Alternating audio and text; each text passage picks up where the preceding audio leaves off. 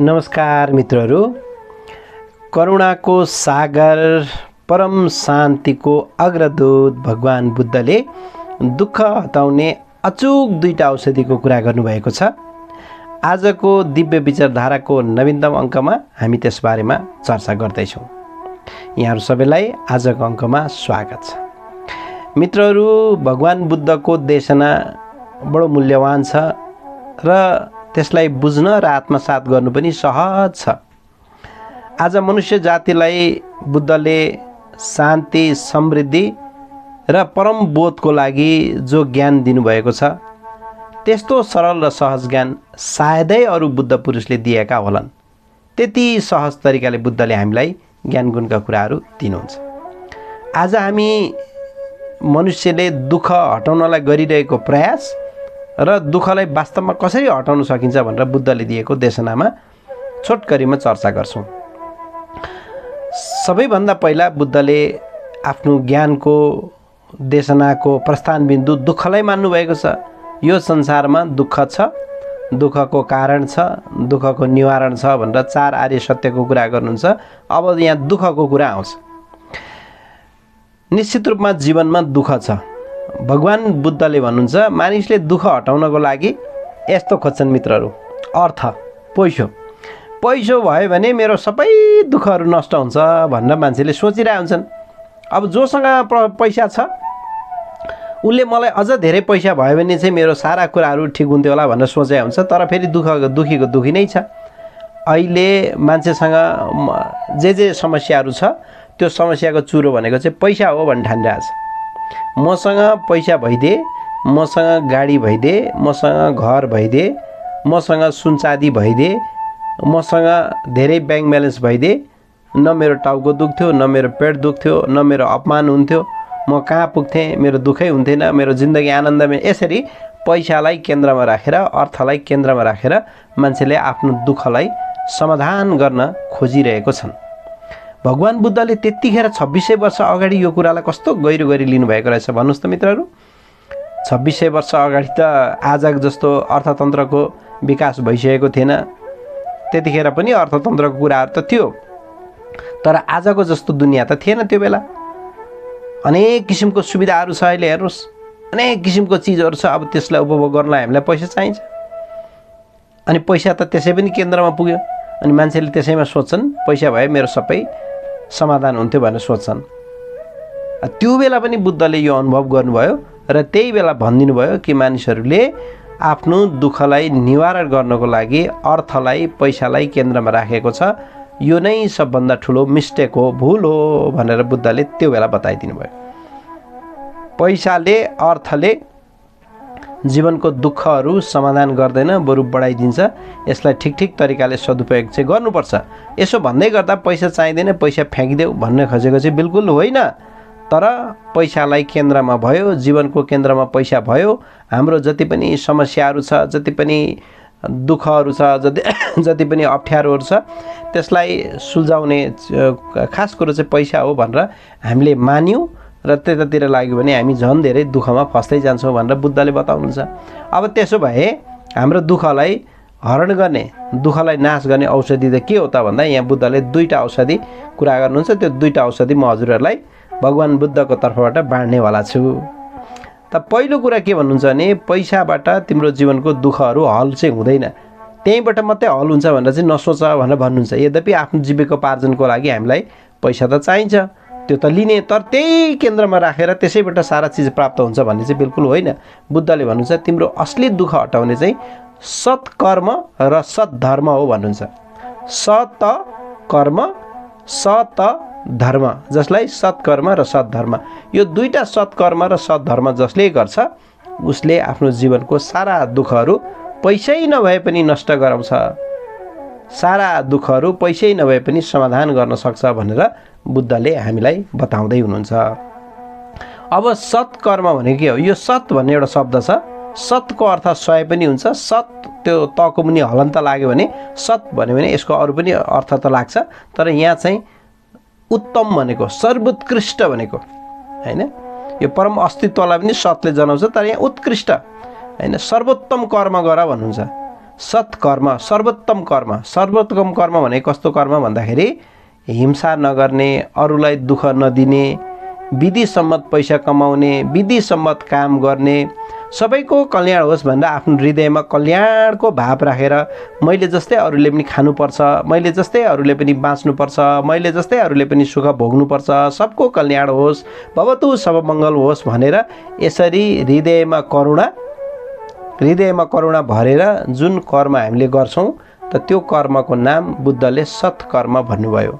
मेहनत गर्नुहुन्छ, आफ्नो बारीमा उत्पादन गर्नुहुन्छ, पेसा व्यवसाय गर्नुहुन्छ, कानुन अनुसार पेसा व्यवसाय गर्नुहुन्छ, राज्यलाई कर तिर्नुहुन्छ, एक दुईजना गरिब दुखी पायो भने उसलाई तपाईँले आफूले सहयोग दिनुहुन्छ, कसैलाई मैले मेरो गरेको कर्मले असर गर्नु छैन, अरूलाई दुःख दिनु छैन, कसैलाई देखाउनु पनि छैन, कोहीसँग होडबाजी पनि गर्नु छैन, केवल आफ्नो जीवन चलाउनको लागि, जीविकोपार्जन गर्नको लागि, चाहिने अर्थ सङ्कलन गर्नको लागि राम्रो राम्रो भलाइ सोचेर अर्काको पनि सेवा गर्दै यसरी गरिने कर्मलाई भगवान् बुद्धले सत्कर्म भन्नुहुन्छ। अब सत्कर्म भयो भने आनन्दै आनन्द हुन्छ। अब सत्कर्म भयो भने आफूले चाहिने पैसा रुपियाँ, इज्जत मान प्रतिष्ठा सारा कुराहरू पाउँछ। अब कसैले हामीलाई पनि दुःख दिँदैन, हामीले पनि कसैलाई दुःख दिँदैनौँ।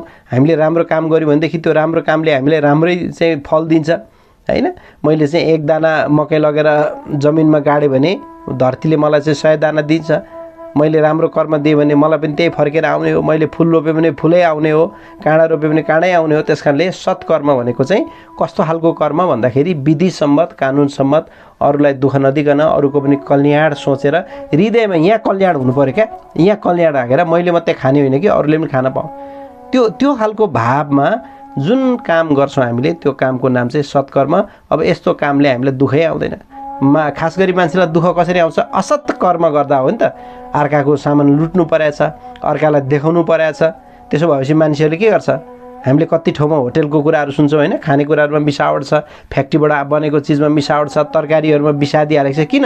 त्यो धेरै पैसा कमाऊ, मान्छेलाई धेरै धेरै महँगोमा कति ठाउँमा लुटपाट चलेको छ। किन त्यस्तो गर्छ मान्छेले भन्दा धेरै कमाऊ, छिटो कमाऊ, अनि यहाँबाट दुःख आउँछ। त्यस कारणले अब यसको ठाउँमा सत्कर्म गर्ने, जे चाहिँ आफूले बेच्नुपर्ने कुरा छ राम्रोसँग थोरै मूल्य राखेर धर्मअनुसार कति खानु मिल्ने हो त्यति राखेर यसरी सत्कर्म गऱ्यो भनेदेखि चाहिँ मान्छेको दुःख सधैँको लागि समाप्त भएर जान्छ, दुःखको निवारण हुन्छ।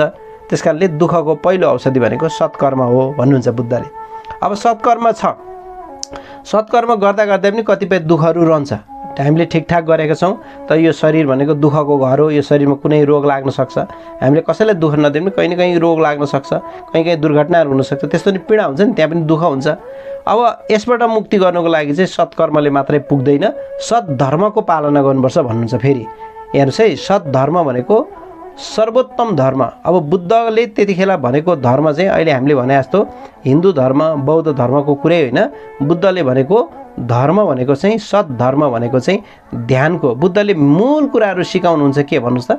ध्यान सिकाउनु हुँदैन, करुणा सिकाउनुहुन्छ। बुद्धबाट तपाईँ हामीले सिक्ने पहिलो इम्पोर्टेन्ट कुरा नै मेडिटेसन हो। बुद्धले के भन्नुहुन्छ भने मैले दिएको जो वचनहरू देशनाहरू छ त्यसलाई पनि सुन, तिमीहरू ध्यान गर। ध्यान गरेर यसरी बसेपछि खास गरी बुद्धले विपश्यना ध्यानलाई संसारभरि प्रसिद्ध गराइदिनु भयो। ध्यानलाई संसारैभरि प्रसिद्ध बुद्धले बनाइदिनु भयो। भलै ध्यानको सुरुवात आदियोगी देवादिदेव भगवान् महादेवबाट सुरु भयो। भगवान् महादेवले भैरव विज्ञान भैरव तन्त्र भन्ने पुस्तकमा 112वटा ध्यानको विधि दिनुभएको छ, त्यहाँबाट ध्यान सुरु भयो। तर भगवान् बुद्धले संसारमा चर्चित गराउनु भयो विपश्यना ध्यान, आज पनि बडो चर्चित छ आनापानसती विपश्यना ध्यान। त्यसैले अब आँखा बन्द गर, हेर, यो शरीरलाई हेर, शिरदेखि पाउसम्म यो शरीरलाई ख्याल गर। यो शरीर त माटोको भाँडा जस्तो छ, हामीले जति नै बचाएर राखे पनि, जति नै सजाएर राखे पनि एक दिन यो केहीले छोयो भने प्याट्ट छोएपछि सकिन्छ। त्यस कारणले यो माटोको भाँडा जस्तो शरीर छ भनेर अब यसरी बुझ्ने।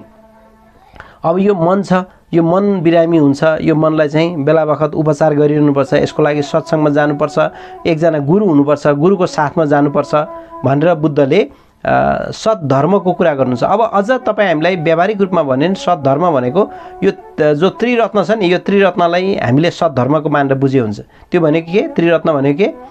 बुद्धम शरणम गच्छामि, धम्मम शरणम गच्छामि, सङ्गम शरणम गच्छामि। बुद्धको शरणमा जाने, गुरुजनको साथमा बस्ने, ज्ञान गुणको कुरा लिने, यो एउटा सद्धर्मको पाठ। बुद्धम शरणम गच्छामि, धम्मम शरणम भनेको ध्यान गर, मेडिटेसन गर, सङ्गम शरणम गच्छामि उस्तै उस्तै मान्छेको सङ्ग बनाएर सदा साधना गर्दै जाऊ भनेर भन्नुभएको छ। त्यस कारणले हामीलाई दुःख हटाउने अर्थ होइन परम अर्थ, यो शब्दलाई ख्याल गरौँ मित्रहरू, अर्थ होइन परम अर्थ, र परम अर्थबाटै परमार्थ बनेको, अर्थबाट परमार्थको यात्रा। परमार्थ भनेको के हो? परमार्थ भनेको यो परम अस्तित्व अथवा ईश्वरीय सत्ता भन्नुहोस्, बोधको सत्ता, त त्यसलाई परमार्थ भनियो। र त्यसको यात्रामा लागेको मान्छेलाई परमार्थी भन्यो।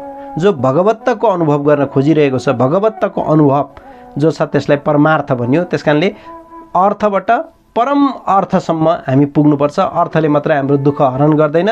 दुःख हरण, पूर्ण रूपमा दुःख हरण चाहिँ परम अर्थमा जब हामी पुग्छौँ, जब हामीले परम अर्थ अथवा यो अस्तित्वको बोध प्राप्त गर्छौँ, त त्यतिखेर हाम्रो सारा दुःखहरू सकिन्छ। त्यस कारणले हामीले ख्याल गर्नुपर्ने कुरा के छ?